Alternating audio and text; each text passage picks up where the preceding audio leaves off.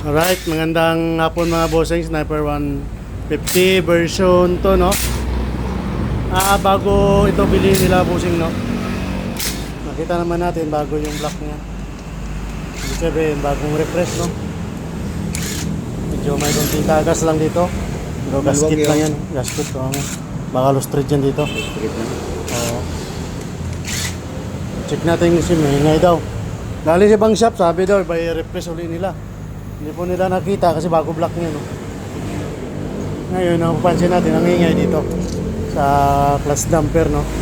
I-check po natin yan ng ating Master J-Lord Motor Shop Mechanic, no? Ito yung chip cook natin yan. Chip cook. Ano ba, chip cook o chip mechanic?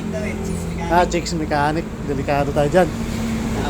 Check natin ito yung water pump niya, no? Ang ano niya, water pump niya kasi walang ulan, naubos agad. Mayroong konting ligatik. Bali lang yan, valve clearance lang po yun, no? Minor lang po yan. Yan.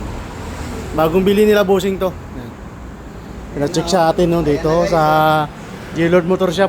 Ayun, nakita-kita bilhin siya mga guys. Kulay milk tea, no? Yan. Sabihin, sira ang water pump nito. Huwag mo muna punasan para pakita ito sa customer. Para makita ng ebidensya. Para sabi, dito mo nalagay, tas. Ayan na guys, may gatas na. chicharong bulaklak. Alright mga bossing, maraming salamat sa inyo, no? Gagawin na namin ngayon to para matapos agad. Ayan na guys, dito pa. Dito lang po to sa North Fairview mga bossing, no? Mga taga North Caloocan, mga taga Bulacan, North Sagaray. Hindi na po kayo lalayo dito sa shop ng no? Punta kayo ng Caloocan o saan man. Dito mayroon na tayo sa North Fairview.